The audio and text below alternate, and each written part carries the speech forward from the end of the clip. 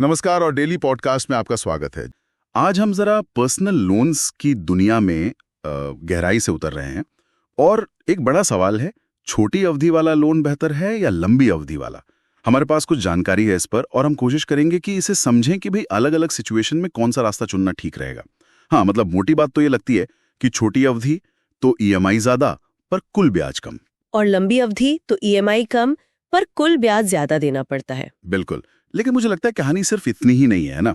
चलिए इसको थोड़ा और खोलते हैं। तो सबसे पहले ये छोटी और लंबी अवधि होती क्या है पर्सनल लोन में, मतलब कितना टाइम? देखिए, आमतौर पर छोटी अवधि मतलब हम कह सकते हैं करीब 10 महीने, 12 महीने, साल भर तक।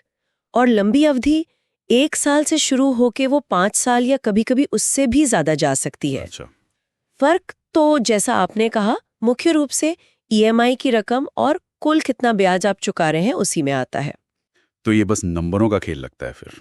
कुल मिलाकर ब्याज कम देना पड़ेगा। अच्छा, तो ये उन लोगों के लिए शायद ज्यादा ठीक है जिनकी कमाई अच्छी है या जो बस जल्दी से कर्ज से मुक्त होना चाहते हैं। हाँ, बोझ जल्दी उतरे। बिल्कुल। पर इसमें एक बात है, हर महीने जेब से ज्यादा पैसा निकलेगा तो हो सकता है हाथ थोड़ा तंग रहे। समझ गया। और लंबी अवधि में फिर इसका ठीक उल्टा होगा। हाँ, बिल्कुल। लंबी अवधि में ईएमआई तो हल्की हो जाती है, तो महीने का बजट है वो थोड़ा आसान लगता है संभालना। हाँ, ये बात तो है।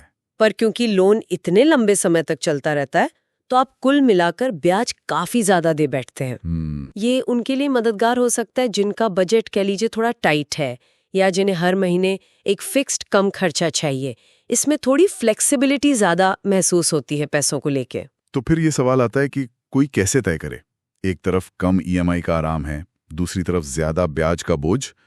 कोई रूल ऑफ थंब जैसा कुछ है? हाँ, एक आम सलाह जो दी जाती है वो ये है कि आपकी जितनी भी लोन की किस्तें चल रही हैं वो सब मिलाकर आपकी जो महीने की टेक होम सैलरी है ना, हाँ। उसकी 30 से 40% से ज्यादा नहीं होनी चाहिए। अच्छा, 30-40%। हाँ, ये एक अच्छा पैमाना है अपनी क्षमता को आंकने का। और साथ में ये भी देखें कि भाई पहले से कितने लोन वगैरह चल रहे हैं। अगर कई पेमेंट पहले से ही जा रही हैं तो हो सकता है कि लंबी अवधि का लोन चुनने से महीने का बोझ कुछ कम लगे। अच्छा, तो ये 30-40% वाली बात ध्यान में रखनी चाहिए। मतलब सिर्फ सबसे कम ईएमआई दिख रही है उस पर कूद पड़ना ठीक नहीं है। बिल्कुल नहीं, और यही समझना सबसे जरूरी है। वो कम ईएमआई बड़ी लुभावनी लगती है पर लंबी दौड़ में वो महंगी पड़ सकती है। लोन फाइनल करने से पहले ना 2-3 चीजें जरूर करनी चाहिए। बताइए। एक तो आजकल ऑनलाइन कैलकुलेटर होते हैं, ईएमआई कैलकुलेटर। हाँ, होते हैं। उनका इस्तेमाल करें। अलग अलग अवधि डालकर देखें कि भाई ईएमआई कितनी बन रही है और सबसे जरूरी कुल ब्याज कितना जा रहा है। हो सकता है 1 लाख के लोन पर छोटी अवधि में आप शायद 1,10,000 चुकाएं और लंबी अवधि में वही चीज 1,30,000 या उससे भी ज्यादा हो जाए। अरे बाप रे, काफी फर्क है। हाँ, दूसरी चीज, लोन के जो कागजात हैं उन्हें ध्यान से पढ़ें।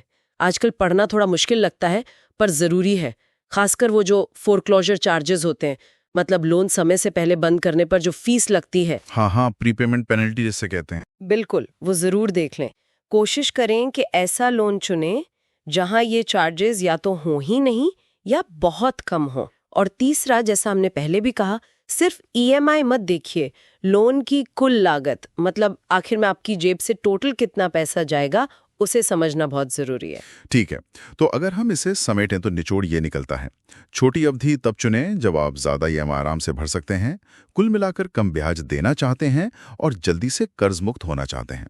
बिल्कुल। और लंबी अवधि तब चुनें जब आपको कम, मतलब मैनेजेबल ईएमआई की जरूरत है, महीने के बजट में थोड़ी सांस लेने की जगह चाहिए, भले ही आखिर में कुल ब्याज थोड़ा ज्यादा देना पड़े। हाँ, और ये बात इस तरफ भी इशारा करती है कि लोन चुनते वक्त सिर्फ इंटरेस्ट रेट या ईएमआई ही सब कुछ नहीं है। सही कहा। आपकी चुकाने की क्षमता, लोन की कुल कीमत और आपके जो बड़े फाइनेंशियल गोल्स हैं, शायद घर लेना है, बच्चों की पढ़ाई है, उन सबको ध्यान में रखना कितना जरूरी है। बिल्कुल, ये एक बैलेंस बनाने वाली बात है।